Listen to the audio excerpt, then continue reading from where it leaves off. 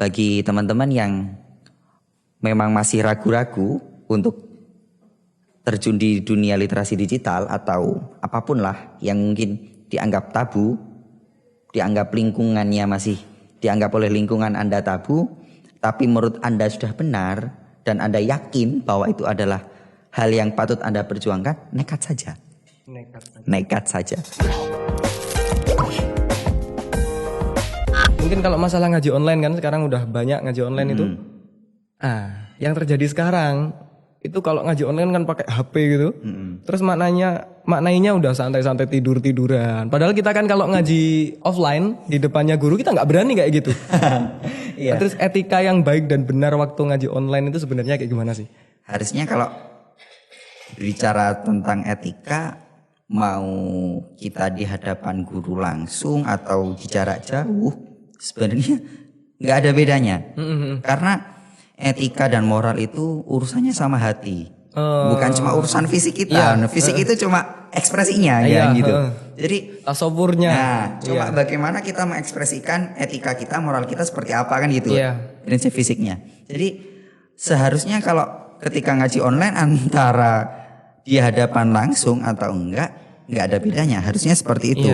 Jadi kalau kita biasanya ngaji di berhadapan langsung itu duduknya sambil bersila, terus kita baca Fatihahnya bisa khusyuk. Harusnya ketika ngaji online kita juga bisa seperti itu. Harus tetap usul kayak gitu kan. Karena meskipun jarak jauh antara guru dan murid, saya kira harus tetap ada alaqah batinnya itu. Ada hubungan batin antara guru dan muridnya.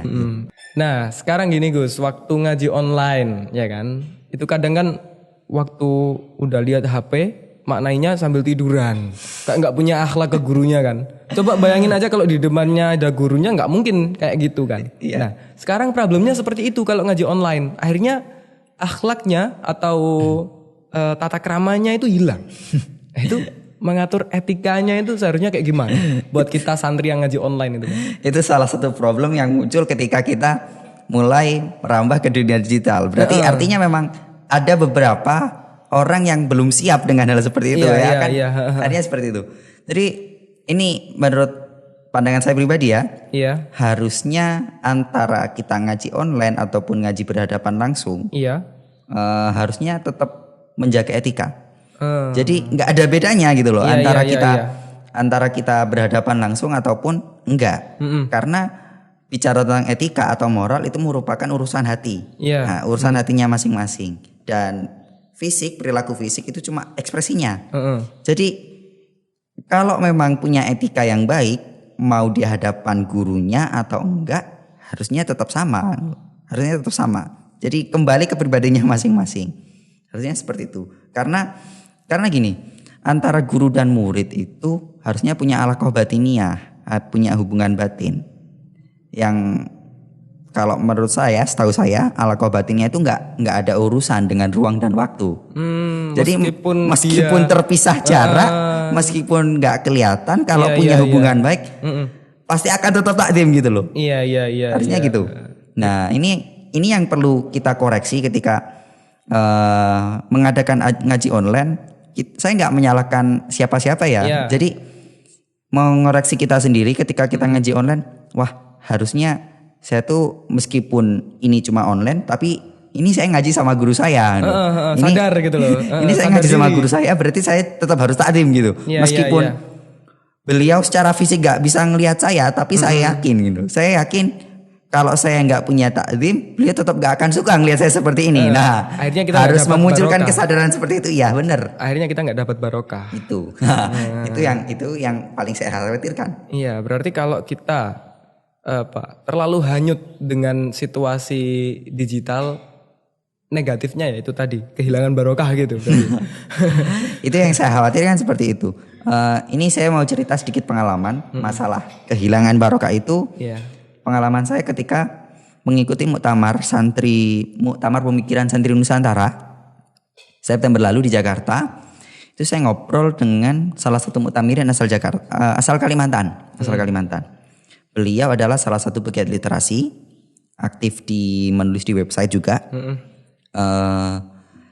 Beliau mengatakan bahwa saat ini memang literasi digital melek digital, melek teknologi itu merupakan hal yang penting. Karena kalau seperti yang saya katakan tadi, kalau kita nggak mau merambah ke dunia digital, kita akan semakin ketinggalan. Iya benar. Tapi di sisi lain beliau juga prihatin. Akankah kalau kita benar-benar terjun ke dunia digital, apakah generasi setelah kita, orang-orang itu akan sadar akan adanya berkah? Apakah sadar hal seperti itu? Karena gimana ya? Semakin orang itu merasa mudah, nggak ada payah-payahnya juga, nggak ada capek-capeknya, nggak ada bersusahnya. Itu saya kira ya udahlah, saya ngaji cuma tinggal buka YouTube beres, Tirakatnya nggak ada tirakatnya, akhirnya nggak ada hubungan sama dengan guru murid itu. Iya. Dan padahal harus saya sampaikan bahwa salah satu kunci keberkahan itu harus ada hubungan yang erat, hubungan batin yang erat antara guru dan murid. Tahu saya seperti itu. Jadi akhirnya saya oh iya. Jadi memang kekhawatiran itu harus memang masih ada. Iya. Dan saya pun masih bertanya-tanya. Itu jadi PR besar. Ini jadi PR besar kalangan pesantren. Bagaimana caranya menumbuhkan tata krama, menumbuhkan hubungan batin antara guru dan murid meskipun ngajinya lewat digital. Itu PR besar bagi kalangan pesantren seperti itu.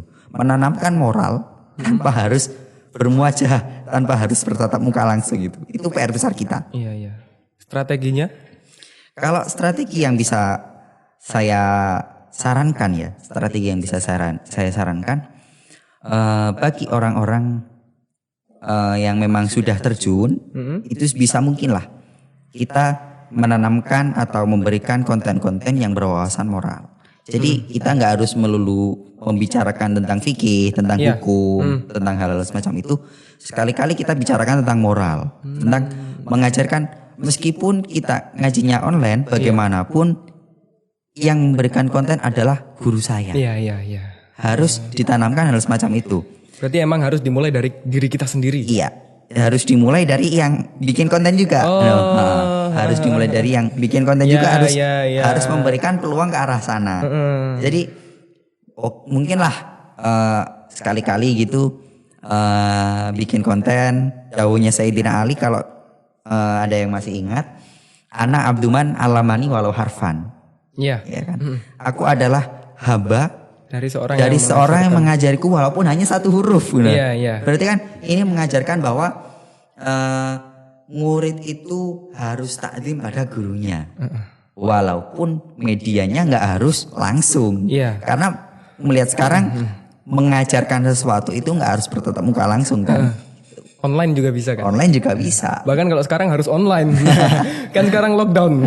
Harus di rumah aja. Karena ada pandemi ini ya. Iya, ada pandemi COVID-19 ini kan semakin membuat digital ini semakin berkembang dan memaksa kita untuk masuk ke situ lebih dalam.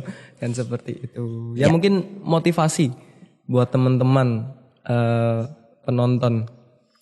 Jadi gini, ini sedikit dari pengalaman saya pribadi aja ya. Bagi teman-teman yang memang masih ragu-ragu untuk terjun di dunia literasi digital atau apapun lah yang mungkin dianggap tabu, dianggap lingkungannya masih dianggap oleh lingkungan Anda tabu, tapi menurut Anda sudah benar dan Anda yakin bahwa itu adalah hal yang patut Anda perjuangkan, nekat saja. Nekat saja. Karena saya pun juga demikian, saya pernah mengalami hal itu. Ketika di lingkungan hidup saya, ketika dulu beberapa tahun yang lalu, ketika hobi menulis saya itu nggak dapat dari dukungan orang-orang, nggak dapat dukungan dari lingkungan saya nekat saja dan hasilnya ya alhamdulillah. Ya seperti ini. Alhamdulillah sudah ada 3 buku yang berhasil saya susun. Berarti intinya jangan takut dimarahi. Perjuangkan saja. Untuk melakukan hal yang baru. Dan yang pasti benar dan baik. Ya. Tapi kalau hal barunya salah, dipertimbangkan lagi aja. Ya mungkin gitu dulu Gus. Terima kasih sudah datang di studio kami. Semoga nanti kalau udah ada undangan lagi bisa datang lah. Wah, ini berarti bukan yang pertama, Iya. bukan yang terakhir ya. Ada yang kedua. Meskipun ini pertama berarti bukan yang terakhir. Ada yang kedua, ada yang ketiga, keempat, kelima nggak tahu namanya. Ya, penonton semuanya, jangan lupa untuk like, share ke teman-teman kalian, dan jangan lupa untuk subscribe channel Lim Production ini supaya kalian tidak ketinggalan kalau ada video baru dari kami. Ya. Saya yakin ya video di sini pasti akan bermanfaat. Nah itu loh. Kata Gus Fala aja kayak gitu. Share ke teman-teman kalian, jangan lupa. Subscribe ya, subscribe. Subscribe jangan lupa, loncengnya itu dinyalakan. Ya, loncengnya dinyalakan. Saya Muhammad Yusuf Abdullah. Saya Fajrul Falah. Kami mohon undur diri. Wassalamualaikum warahmatullahi wabarakatuh.